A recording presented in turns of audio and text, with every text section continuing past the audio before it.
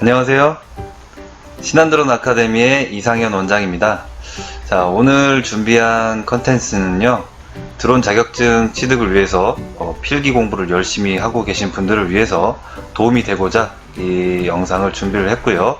자, 이름하여 필기 시험 대비 이론 강의입니다. 자, 강의 시작해 보겠습니다.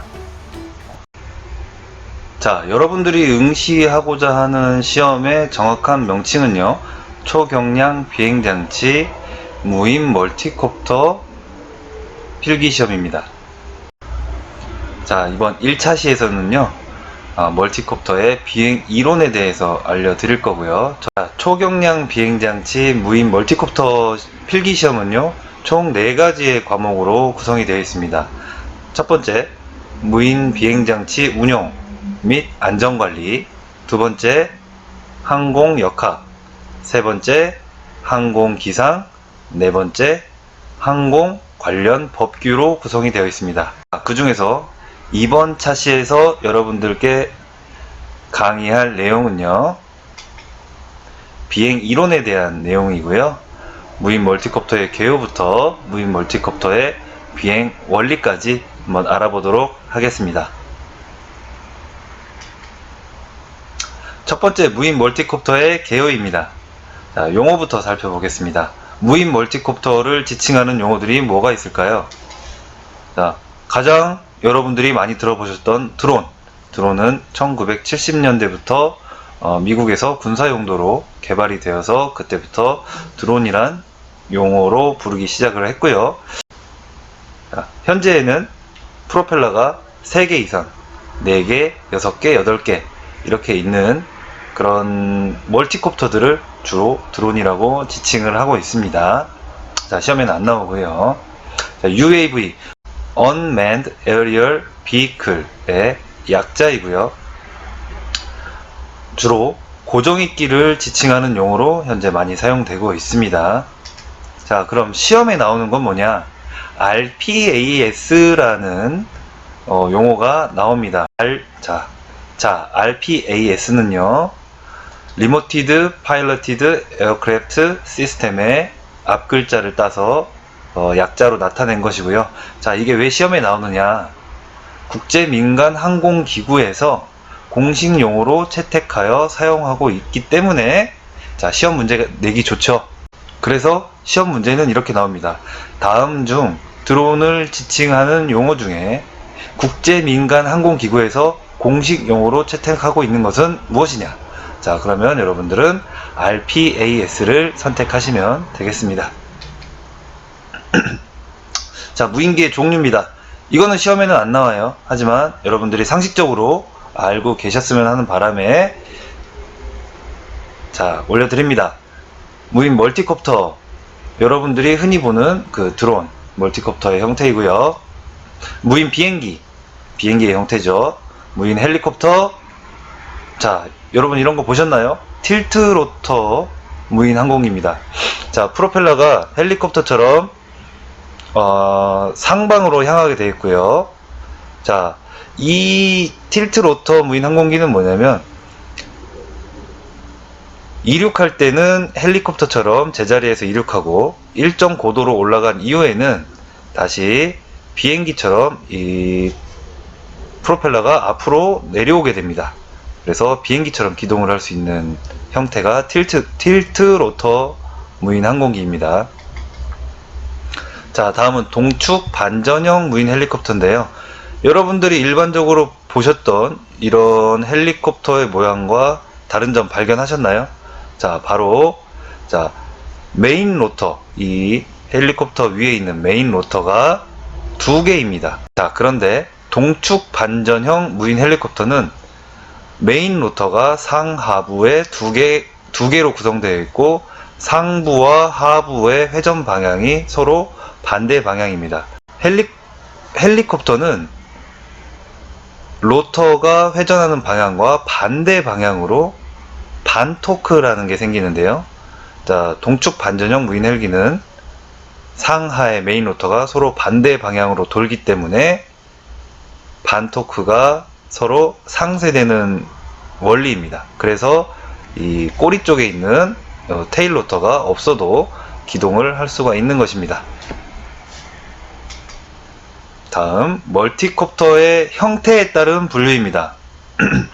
자, 여러분 멀티콥터를 보셨으면 프로펠러가 4개 있는 것도 있고요. 자, 우리 교육원에서 사용하는 것처럼 6개가 있는 것도 있고 8개가 있는 것도 있습니다. 자, 그거를 지칭하는 용어에 대해서 여러분들을 아셔야 됩니다. 자, 쿼드콥터 4개의 프로펠러가 달려 있는 거고요.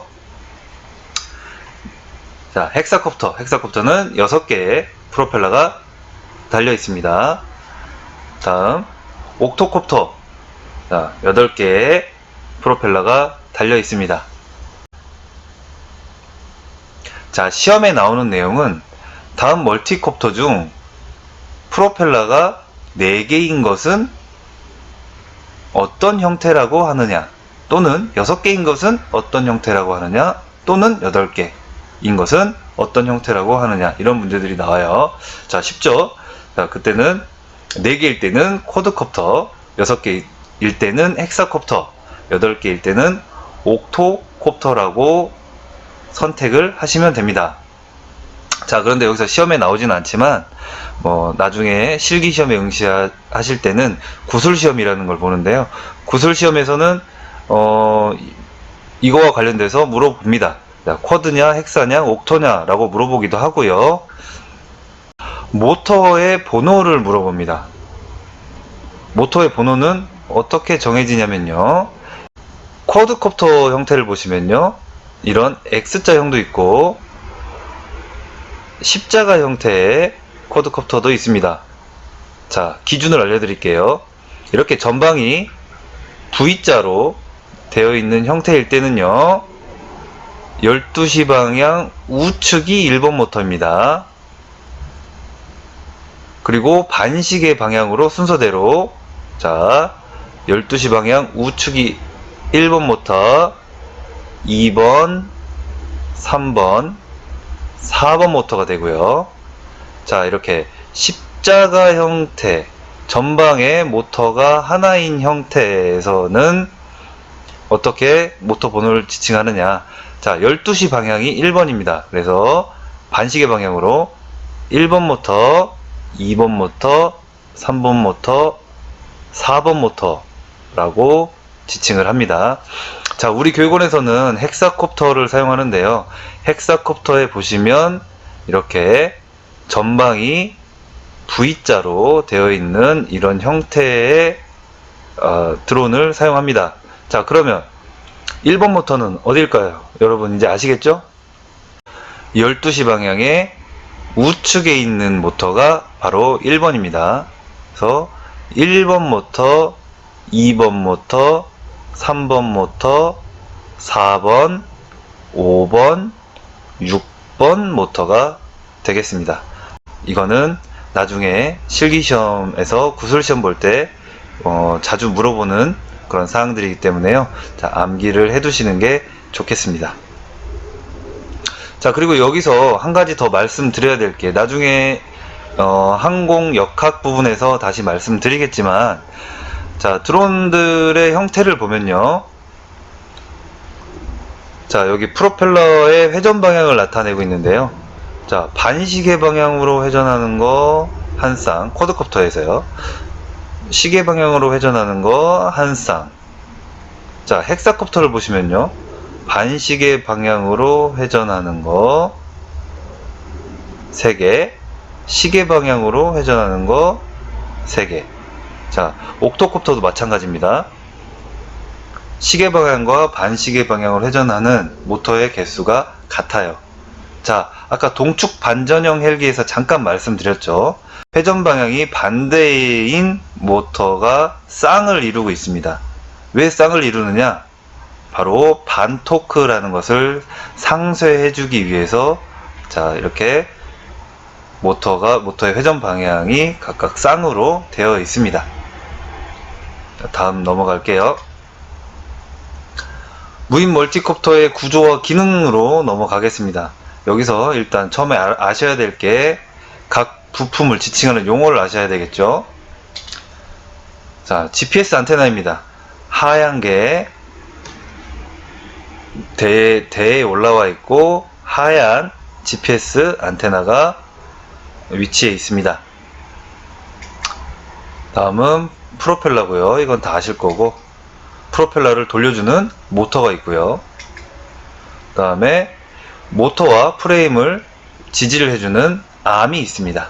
또는 암대 또는 붐대라고 표현을 합니다. 자, 그리고 배터리나 안에 있는 전자장비들을 비나 바람으로부터 보호하는 캐노피가 있고요. 다음 이 전자 부품들을 담고 있는 프레임이 있고 배터리가 있습니다.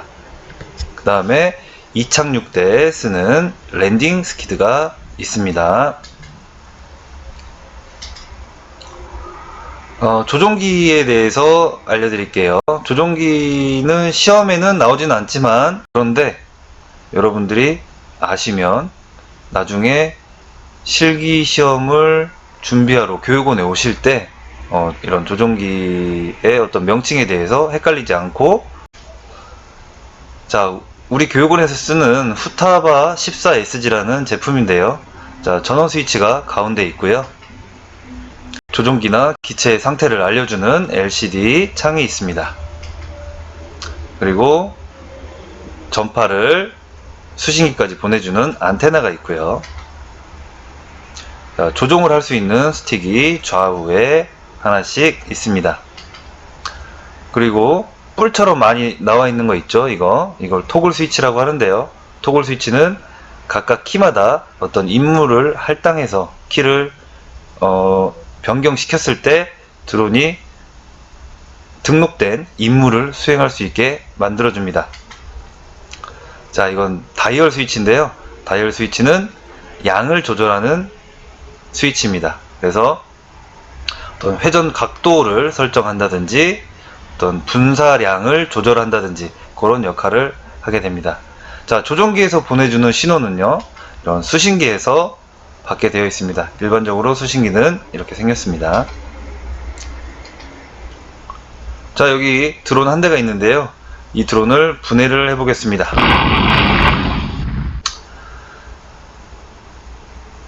자, 기본 구성에 대해서 알려드릴 건데요. 신호 전달 흐름으로 알려드리겠습니다. 맨 처음에 조종기에서 컨트롤 하는 신호를 보내주면요, 수신기에서 그 신호를 받습니다. 그 수신기에서 받은 신호는 FC라는 비행 제어 장치, 플라이트 컨트롤러의 약자입니다.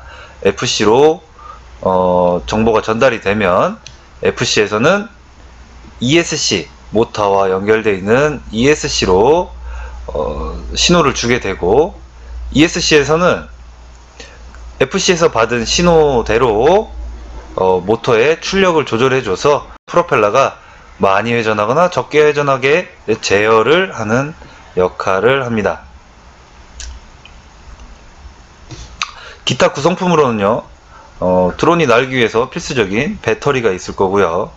그 다음에 배터리의 전압을 체크할 수 있는, 또는 설정된 전압 이하로 전압이 떨어졌을 때 알람을 울려줄 수 있는 이런 체커기, 알람이 있고요. 배터리를 충전할 수 있는 충전기가 있습니다. 그리고 이 모든 걸 부착할 수 있는 프레임이 있습니다. 자, FC에 대해서 한번 알아보겠습니다. FC에는 4가지 센서가 들어있어요. 근데 시험에 나오는 거는 이 센서의 종류와 그 센서가 하는 역할, 기능에 대해서 알고 계셔야 됩니다. 센서는 각각 다음과 같습니다. 자, 첫 번째, 자이로와 가속도 센서. 자, 자이로와 가속도 센서는 어떤 역할을 하느냐? 자, 드론의 자세, 기울기를 잡아주는 역할을 합니다. 수평을 유지시켜 주거나 이동 시에 각도를 조절해 주는 역할을 자이로와 가속도 센서 두 가지가 협력해서 하고 있습니다. 다음 GPS 센서는요, 여러분들이 잘 아시다시피 자동차 GPS 위치를 찾아주죠. 자, 위치를 고정시켜주는 역할을 하는 게 GPS 센서입니다. 다음은 지자개 센서입니다. 자석 같은 게 보이시죠? 지구에는 지구 자기장이 있는데요. 그 지구 자기장을 이용해서 기체의 방향을 설정해주는 역할을 합니다. 자, 다음은 기압계인데요.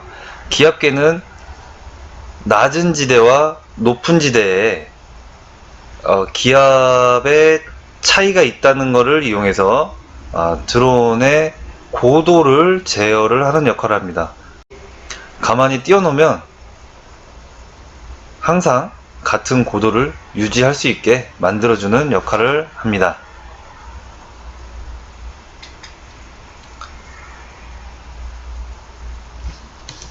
자, 센서에 대해서 알아봤는데요. 그 센서와 연관이 있는 게 드론의 비행 모드 3가지입니다. 자, 비행 모드 3가지. 첫 번째 GPS 모드, 두 번째 AD 모드, 세 번째 매뉴얼 모드가 있는데요. 자, GPS 모드는 방금 전에 말씀드렸던 4가지 센서가 모두 다 켜져 있는 상태입니다. 자, 그래서 GPS 모드에서는요, 시동을 걸고 기체를 띄워놓고 어떠한 키 조작을 하지 않더라도 한 장소에 가만히 머무를 수 있게 하는 겁니다. 두 번째, AD 모드입니다.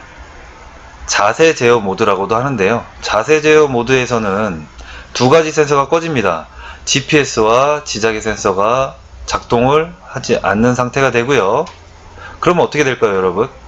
첫 번째, GPS 센서가 꺼지면 기체를 띄워도 한 자리에 머물지 못하고 바람이 부는 대로 이렇게 흘러다닐 겁니다. 방향도 스스로 잡아주질 않는 상태가 됩니다. 그 다음 매뉴얼 모드인데요. 완전 수동 모드입니다. 모든 센서들이 작동을 하지 않는 상태가 되고요. 기체는 고도와 위치가 항상 변하게 되는 그런 상태가 되겠습니다. 자, 여러분, 센서의 종류와 역할, 이거 꼭 필기시험에 나오고요. 자, 비행 모드는 나오지 않지만 여러분들이 상식적으로 알고 계시면 좋겠습니다. 다음, 모터의 종류에는 DC 모터와 BLDC 모터라는 게 있습니다. 이 두 모터의 특장점에 대해서 알고 있으면 풀 수 있는 그런 문제들이 나오고 있고요.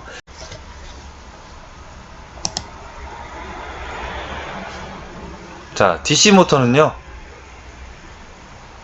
내부 구조가 이렇게 생겼고요. 방금 보셨다시피 여기 안에 있는 코일이 회전을 하면서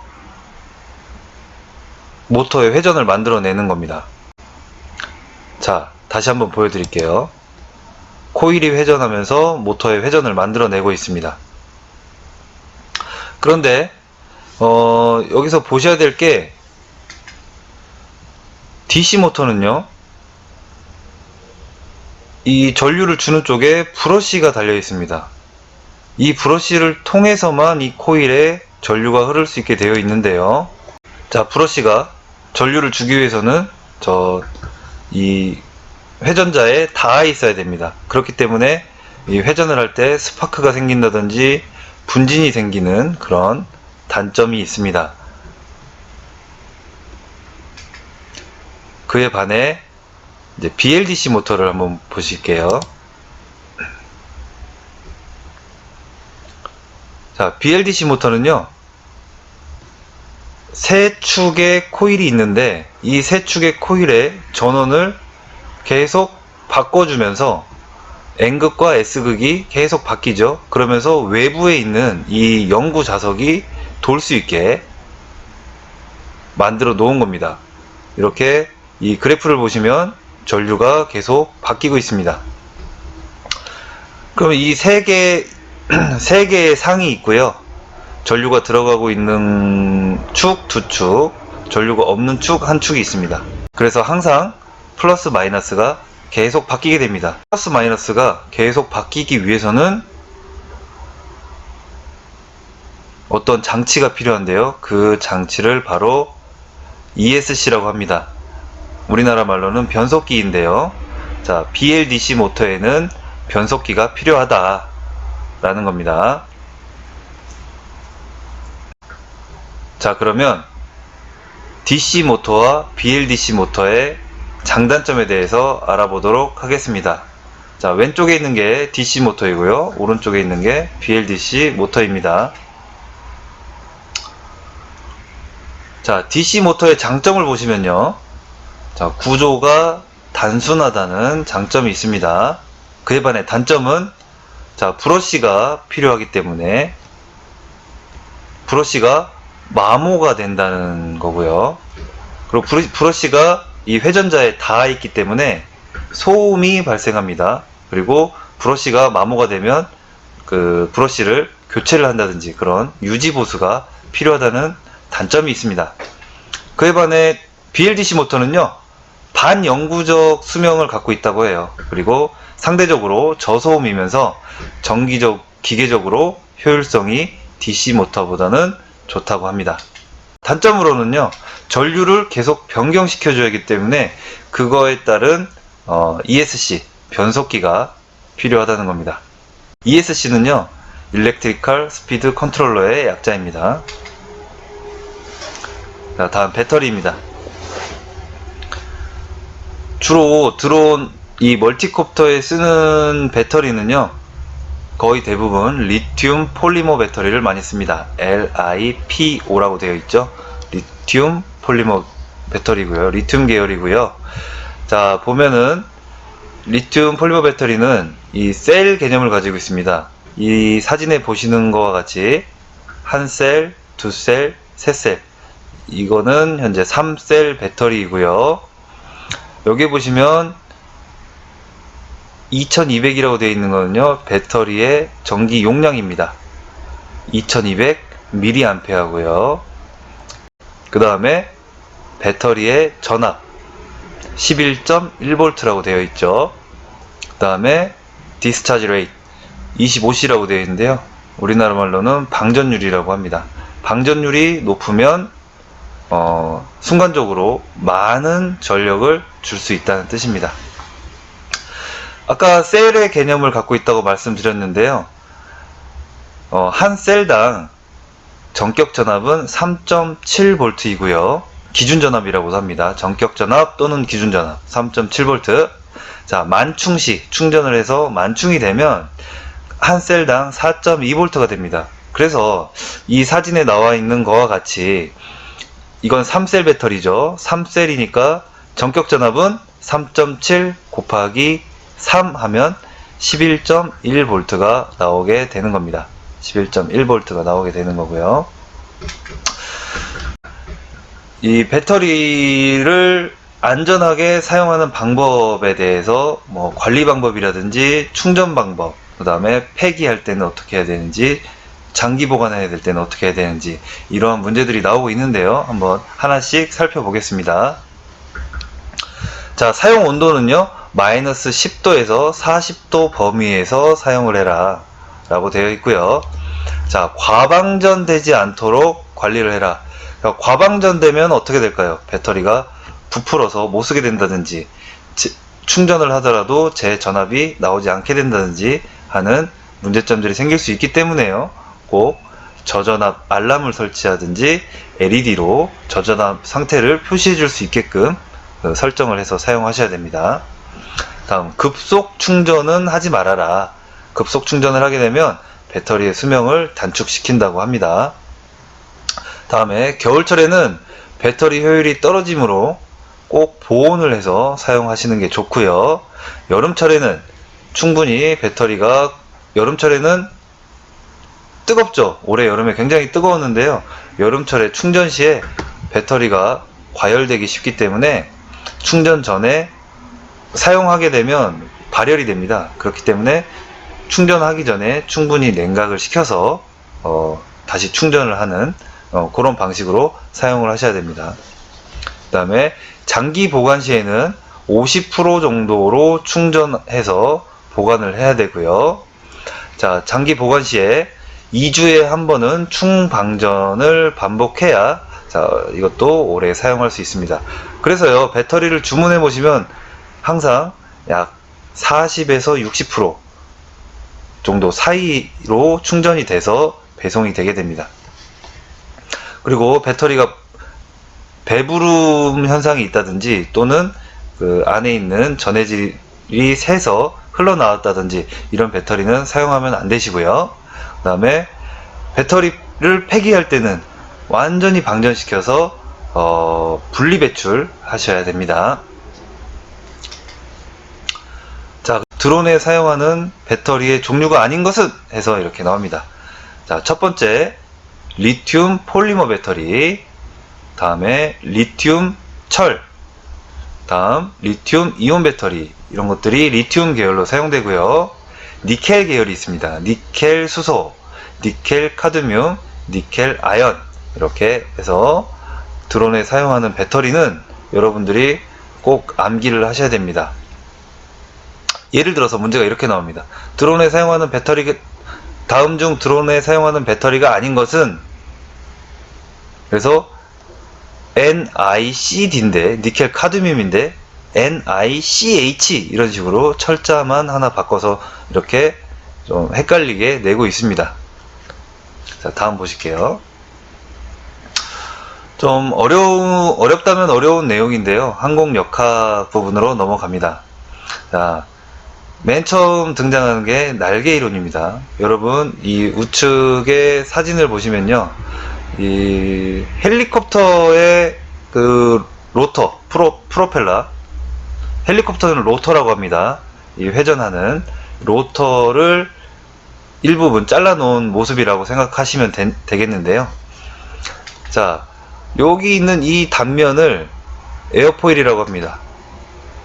자, 여기 요 부분 잘라 놓은 단면을 에어포일이라고 하는데요. 이 에어포일을 가져와 보겠습니다. 자, 일단 용어부터 살펴보겠습니다. 자, 에어포일의 전면의 끝지점과 후면의 끝지점을 연결한 선을 익현선, 코드라인이라고 합니다. 자, 이 로터가 회전하고 있는 이 회전면이 있죠. 회전면. 기체와 수평이 면이겠죠. 이 수평이 면이 있을 겁니다. 이거를 회전면이라고 하고요. 이 회전면과 익현선이 이루는 각도를 취부각이라고 합니다. 또는 붙임각, 영어로는 피치 앵글 오브 피치라고 합니다. 자, 이 용어에 대해서 잘 알아 놓으셔야 되겠고요. 다시 한번 말씀드리지만 취부각은 로터의 회전면과, 로터 또는 프로펠러의 회전면과 익현선이 이루는 각도입니다. 이 각도는요,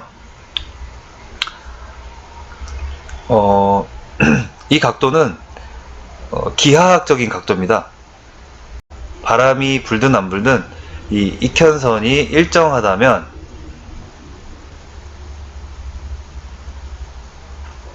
취부각 또한 항상 같은 각이 됩니다.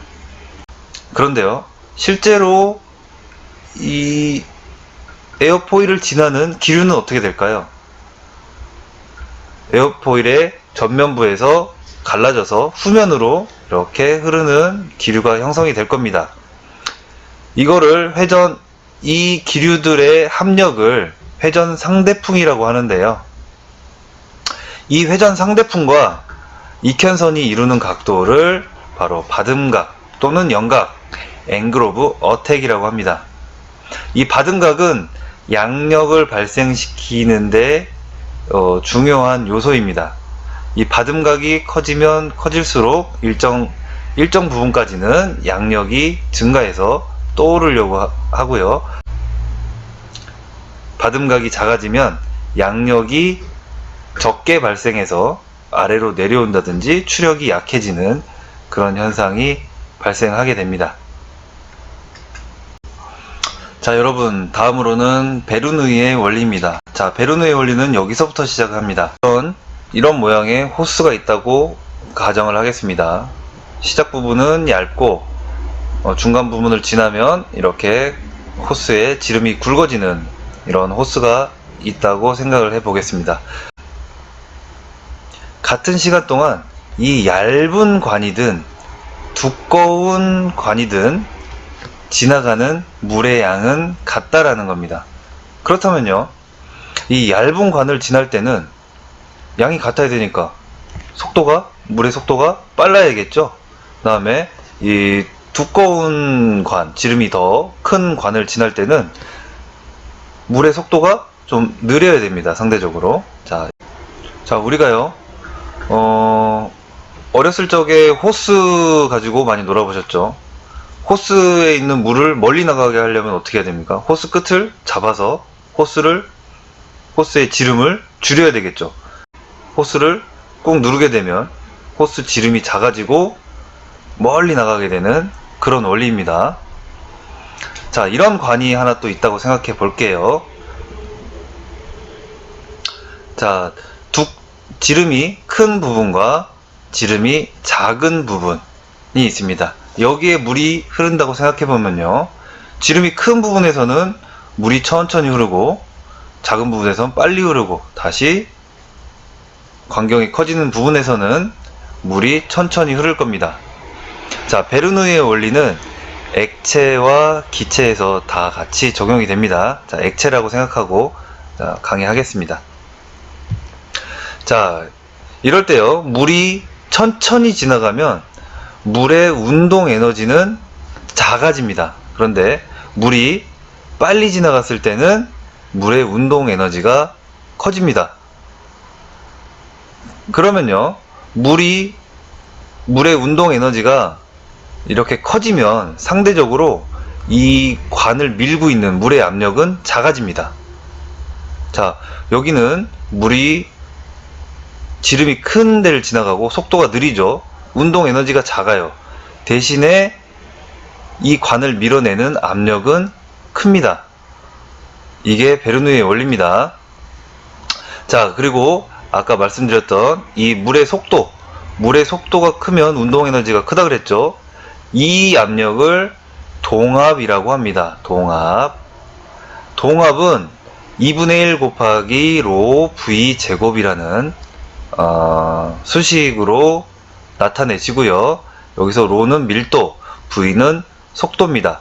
그래서 물의 속도의 제곱에 비례하는 압력이 생깁니다. 이게 이 물의 진행 방향으로 보면 이 물의 운동 에너지라고 생각하시면 되겠습니다. 자, 그리고 정압은 뭐냐면 아까 제가 이 관을 밀고 있는 압력이 정압이라고 하고요. 동압은 속도의 제곱에 비례한다고 말씀드렸고요. 그 다음에 정압은 유체의 압력이라고 말씀드렸습니다. 자, 그럼 베르누이의 원리는 뭐냐? 베르누이의 원리는 이 동압과 정압을 합한 값은 항상 일정하다라는 게 베르누이의 원리입니다. 그래서 예를 들어 보세요, 여러분. 여기 이 큰 광경에서 작은 광경으로 바뀔 때 어떻게 되죠? 물의 속도가 빨라지죠. 자, 물의 속도가 빨라집니다. 그러면 속도가 빨라지니까 동압은 증가하고요. 이 동압이 증가했습니다. 그럼 정압은 어떻게 될까요? 이건 항상 일정해야 되기 때문에 정압은 감소하게 되는 거죠. 자, 아셨죠, 여러분? 자, 다음으로 알아볼 거는요, 양력 발생의 원리입니다. 양력 발생의 원리는 무엇이냐? 라고 시험 문제 나옵니다. 그럼 베르누이의 원리라고 딱 찍으시면 됩니다. 자, 베르누이의 원리에 의해서 어떻게 양력이 발생되는지 한번 알아볼게요. 자, 아까 에어포일 생각나시죠? 에어포일이 있습니다. 에어포일이 지나가고 있고, 에어포일이 이 방향으로 지나가고 있고요. 그 주변 기류가 이렇게 나타나고 있습니다. 그랬을 때 이 윗부분의 동압과 정압이 어떻게 되고 아랫부분의 동압과 정압이 어떻게 되는지 한번 살펴보겠습니다. 자, 윗부분은 속도가 증가해요. 이게 무슨 말이냐면요, 베르누이의 원리에서 에어포일을 보면 자, 위로 더 볼록하게 되어 있습니다. 아랫면은 거의 뭐 평평하게 되어 있는데요. 자, 여기서 시작된 공기는요, 위로 가든 아래로 가든 끝 지점에서 다시 만나게 되어 있다는 겁니다. 그러면 위로 가는 공기는 더 멀리 돌아갑니다. 그렇기 때문에 더 빨리 가야 되죠. 그래서 윗부분의 기류의 속도가 증가한다. 속도가 증가하면요, 동압, 움직일 동, 속도가 관계되어 있는 동압은 상승, 증가하죠. 그럼 정압은 감소하게 됩니다. 자, 이 기체의 압력이 감소했어요. 정압이 감소했습니다. 자, 아랫부분은요, 상대적으로 위에보다 속도가 느립니다. 속도가 느리기 때문에 속도가 관계된 동압은 감소, 같이 감소하죠. 그런데 정압은 어떻게 되죠? 동압 더하기 정압은 항상 일정해야 됩니다. 동압이 감소했으니까 정압은 증가해야 되겠죠. 자, 이 윗부분과 에어포일의 윗부분과 아랫부분의 압력은, 아랫부분은 압력이 증가했습니다. 고기압이 됐다는 거예요. 윗부분은요, 정압이 감소하면서 저기압이 됐습니다. 공기는요, 고기압에서 저기압으로 흐릅니다. 고기압에서 저기압으로 흐르기 때문에 위쪽으로 들어올리는 양력이 생기게 된다라는 겁니다. 자, 이 원리에 대해서는 뭐 모르셔도 됩니다. 모르셔도 되는데요. 양력이 발생하는 원리는 뭐냐? 베르누이의 원리다 라고 알고 계시면 됩니다. 자, 다음으로 드론과 뉴턴의 운동법칙 세 가지에 대해서 설명을 드리겠습니다. 자, 뉴턴의 운동법칙에는 자, 세 가지 법칙이 있는데요. 첫 번째, 관성의 법칙입니다. 관성의 법칙은 뭐냐면, 정지하고 있는 물체는 외부의 힘이 가해지지 않는 한 항상 정지해 있으려고 하는 성질이고요. 자, 운동하고 있는 물체는 외부의 힘이 가해지지 않는 이상 계속 운동을 하려고 하는 그런 성질을 말합니다. 자, 이게 드론에 어떻게 적용되냐? 자, 드론이 시동 걸고 이륙해서 공중에 떠 있습니다. 자, 이 드론이 앞으로 가기 위해서는요, 어떤 힘이 가해져야 되겠죠? 그 힘을 가해주려면 드론을 이렇게 기울여야 됩니다. 드론이 기울여지면 이렇게 비로소 원하는 방향으로 나아갈 수가 있는 거죠. 자, 그러면요, 드론이 계속 이렇게 운동을 하고 있는 상태입니다.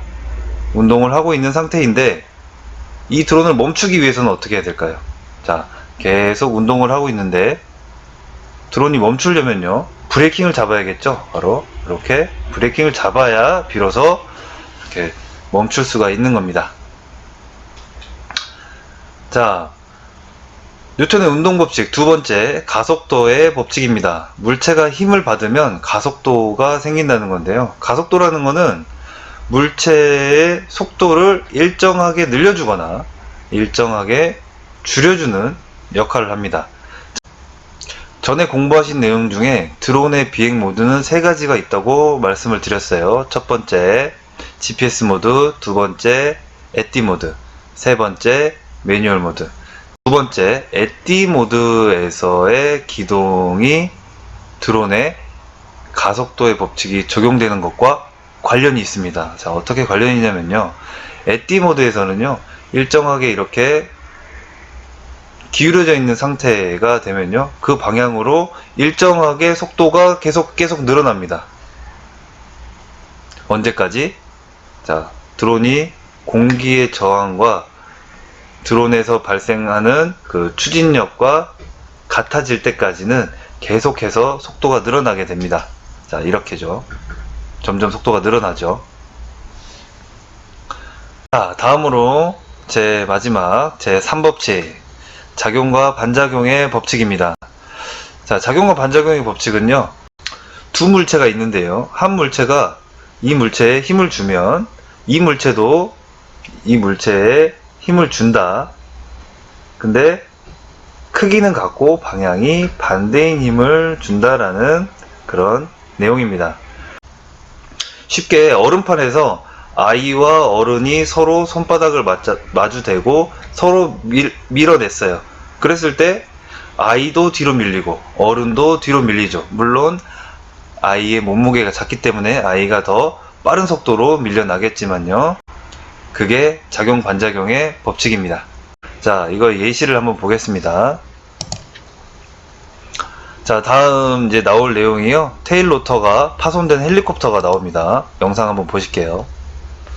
자, 어떤 무거운 물체를 들고 있는 헬리콥터가 하늘을 날고 있고요. 그런데 이때 갑자기 뭔가 이상이 있습니다. 그리고서 헬리콥터가 갑자기 시계 방향으로 돌기 시작합니다. 결국 저 헬리콥터는 추락을 했는데요. 자, 이게 왜 이렇게 되는지 작용 반작용의 법칙으로 설명을 해 보겠습니다. 서두에 동축 반전형 무인 헬리콥터 설명드렸죠. 자, 동축 반전형 설명드리면서 상하 로터가 서로 반대 방향으로 회전하면서 반토크를 상쇄시킨다 라고 말씀드렸습니다. 자, 일반적인 헬리콥터 모형입니다. 이 메인 로터가 반시계 방향으로 회전을 하고 있다고 생각을 해 볼게요. 로터가 반시계 방향으로 회전을 하면 동체는 어떻게 될까요, 여러분? 만약에 테일 로터가 없다면 동체는 시계 방향으로 회전을 하려고 할 겁니다. 그래서 헬리콥터에는 테일 로터를 설치를 해서 이 테일 로터가 돌아감으로써 동체가 시계 방향으로 회전하려는 것을 막아주는 그런 원리입니다. 반토크와 작용 반작용의 법칙은 일맥상통하는 원리이니까요. 이렇게 알아두시면 되고요. 이게 나중에 드론에도 적용이 됩니다. 자, 드론은 어떻게 적용이 되느냐? 이것도 아까 제가 말씀을 드렸습니다. 쿼드콥터 형태이든 헥사콥터 형태이든 옥토콥터 형태이든 각각 시계 방향과 반시계 방향으로 도는 모터가 쌍으로 이루어졌다고 말씀드렸죠. 헥사콥터는 반시계 방향 3개, 시계 방향 3개. 옥토콥터는 반시계 방향 4개, 시계 방향 4개. 이렇게 구성이 되어 있어서 반토크가 상쇄되는 겁니다. 그래서 드론은 뜨면 이렇게 돌지 않고 가만히 이렇게 떠 있을 수 있는 겁니다. 그런데요, 자, 이거는 시험에는 안 나옵니다. 자, 근데 구술 시험에는 나옵니다, 여러분. 구술 시험에 나오니까 알고 계시면 좋겠네요.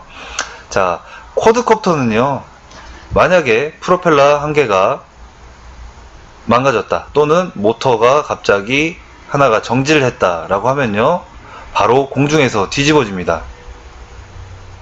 제가 예전에 쿼드콥터 운영할 때 ESC에 문제가 생겨가지고 모터가 바로 멈춘 적이 있어요. 근데 바로 공중에서 바로 이렇게 뒤집어집니다. 자, 헥사콥터는 어떻게 되느냐? 자, 모터가 쿼드콥터보다 2개가 많습니다. 만약에 하나가 망가졌다 그러면 반토크 작용이 생깁니다. 그래서 한쪽 방향으로 회전을 시작해요. 그래도 착륙할 정도의 어떤 시간은 벌 수 있기 때문에 회전을 제어하면서 착륙을 할 수는 있습니다. 자, 그럼 옥토콥터는 공중에서 모터가 하나가 망가졌다라고 하면 어떻게 되느냐면요, 그래도 회전하지 않고 어느 정도는 떠 있습니다. 하지만 너무 오랜 시간 이렇게 떠 있다 보면 다른 모터에 부하가 많이 걸려서 문제가 생길 수 있기 때문에, 만약에 옥토콥터를 운영하다가 프로펠러가 하나 떨어졌다라고 하더라도, 모터가 정지했다 하더라도 안전하게 바로 비상 착륙을 하시면 되겠습니다. 자, 이제 드론에 작용하는 4가지 힘에 대해서 알아보겠습니다, 여러분. 자, 드론이 공중에 가만히 떠 있는 상태입니다. 호버링 상태라고 하는데요, 호버링을 하고 있습니다. 이때 드론에 작용하는 힘은 2가지입니다. 첫 번째, 지구 중심 방향으로 당기는 모든 무게가 있는 물체는 중력이 있죠. 자, 중력만 있으면 공중에 떠 있질 못하죠. 바로 프로펠러가 돌아가면서 생기는 양력과 중력이 자, 같은 상태가 됩니다.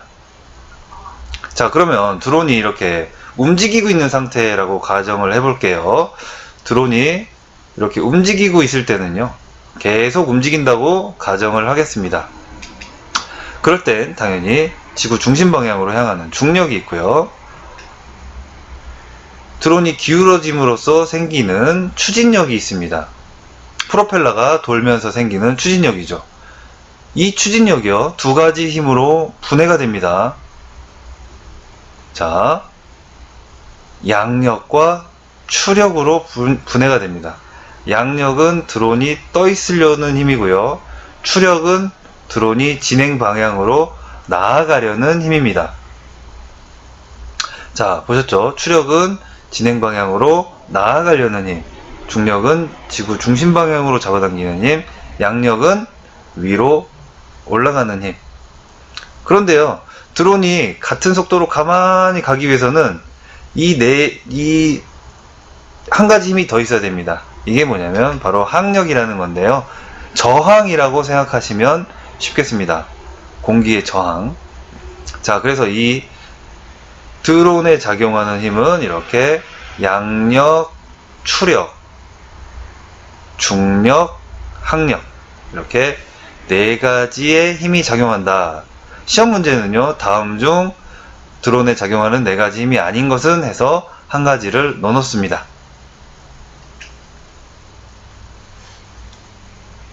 다음으로는 벡터와 스칼라에 대해서 알아볼 건데요.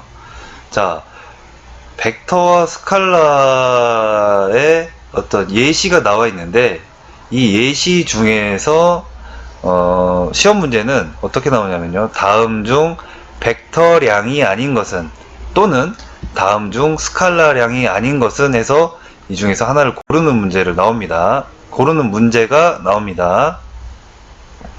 자, 벡터는요, 크기와 방향을 동시에 갖고 있는 거예요. 예를 들어서 속도라고 하면 어느 방향으로 얼마의 빠른 크기로 가고 있는지를 나타내는 겁니다. 자, 스칼라량인 속력은요, 방향은 없어요.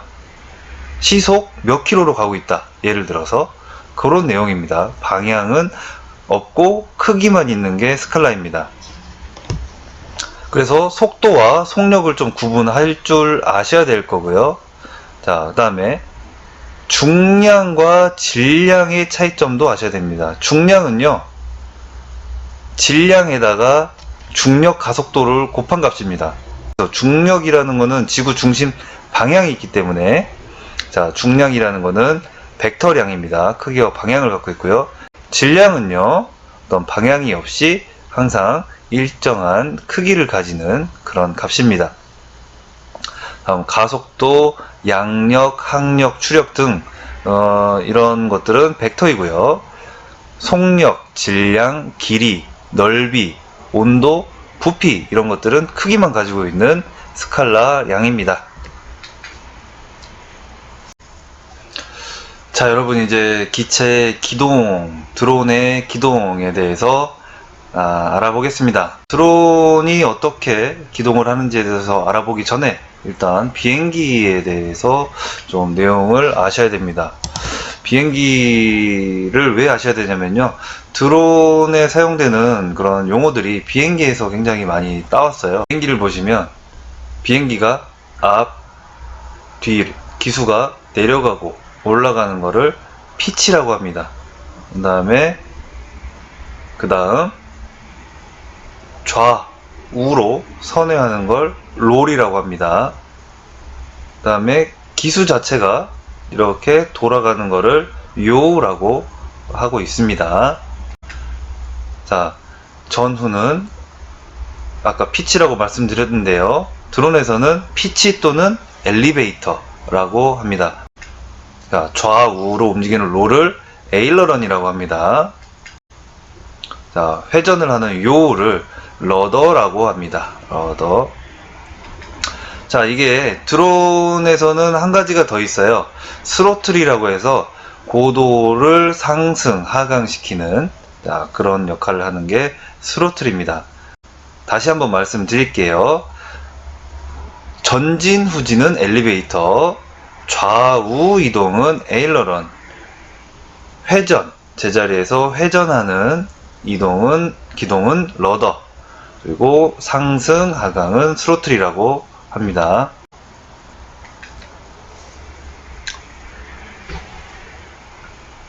자, 조종기의 스틱 아까 말씀드렸죠. 우리 교육원에서 쓰고 있는 조종기인데요. 조종기 스틱의 명칭을 보면요. 자, 우측 스틱을 상하로 움직였을 때를 엘리베이터라고 합니다. 전후진하는 역할을 하고요. 자, 우측 스틱을 좌우로 움직이면, 자, 이거를 에일러런이라고 합니다. 다음, 좌측 스틱을 상하로 움직이는 거를 스로틀이라고 합니다. 고도 상승 하강하는 데 쓰이죠. 자, 좌측 스틱을 좌우로 움직이는 거를 러더라고 합니다. 좌회전 또는 우회전을 담당하게 됩니다. 자, 각각 엘리베이터, 에일러런, 스로틀, 러더에 대해서 알아보겠습니다. 자, 그리고요, 지금 제가 알려드리는 기준은 모드 2라는 기준입니다. 요즘에 가장 많이 쓰고 있는 모드이고요. 이거와는 달리 모드 1도 있는데요. 모드 1은 엘리베이터와 스로틀 스틱이 각각 바뀐 겁니다. 그래서 엘리베이터가 좌측 키에 있고 스로틀이 우측 스틱에 있는 거를 모드 1이라고 합니다. 이거 위에도 모드 3와 모드 4가 있는데요. 자, 여러분들 지금부터는 다 모드 2로 설명을 드리는 겁니다. 자, 스틱 조작에 따른 기동을 알아볼게요. 일단 엘리베이터 먼저 알아보겠습니다. 엘리베이터는 전후진이라고 했습니다, 여러분. 자, 우측 스틱에 상하로 움직였을 때 어떻게 되느냐? 드론이 전진할 때는 우측 스틱을 위로 올립니다. 그러면 드론은 이렇게 전방으로 기울어지게 되고요.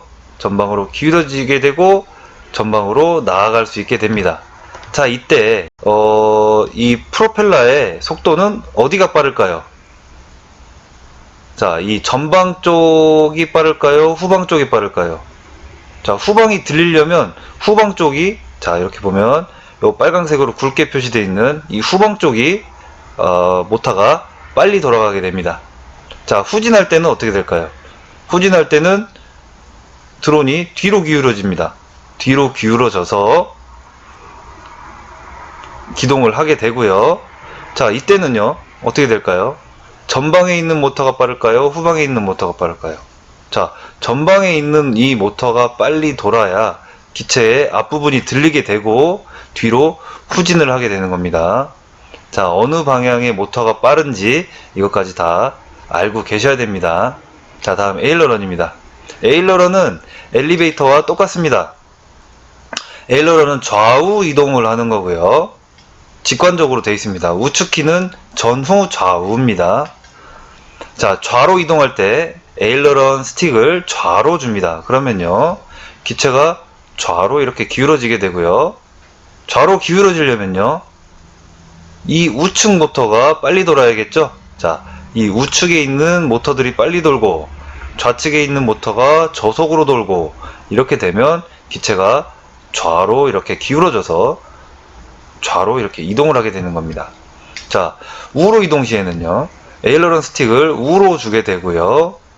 기체는 우측으로 기울어집니다. 자, 우측으로 기울어지려면 좌측에 있는 모터가 빨리 돌아야죠. 이렇게 좌측에 있는 모터가 빨리 돌고 우측에 있는 모터가 천천히 돌아서 기체는 기울어지게 되고 우로 이동을 하게 되는 겁니다. 자, 다음 스로틀 상승 하강. 자, 스로틀은 상승 하강을 하는 키고요. 자, 왼쪽 스틱의 위아래입니다. 자, 고도 상승할 때는요, 왼쪽 스틱을 위로 올리면 되고요. 자, 이때 프로펠러의 회전 속도는 전체적으로 이 4개가 다 빨라지게 됩니다. 그러면 위로 계속 올라가게 되고요. 고도 하강할 때는요, 당연히 모터 4개의 전체적인 속도가 다 느려져서 아래로 하강을 하게 됩니다. 자, 한 가지가 남았는데요. 러더, 좌회전, 우회전, 이게 남았습니다. 러더는 좌측 키의 좌우고요. 자, 좌회전한다는 거는 반시계 방향으로 도는 겁니다. 반시계 방향으로. 자, 반시계 방향으로 돌려면요, 좌회전을 하려면 러더 스틱을 좌측으로 줍니다. 좌측으로 주게 되면요, 좌로 이렇게 회전, 반시계 방향으로 회전을 하게 되고요. 자, 제가 아까 설명드린 내용 중에 반토크, 헬리콥터 설명드렸죠. 그걸 생각해 보시면 됩니다. 자, 좌회전을 하기 위해서는요, 우회전, 시계 방향으로, 자, 다시 한번 설명드릴게요. 자, 반시계 방향으로 기체가 선회하기 위해서는 시계 방향으로 도는 요 두 모터가 빨리 돌면 되고요. 반시계로 도는 건 천천히 돌면 됩니다.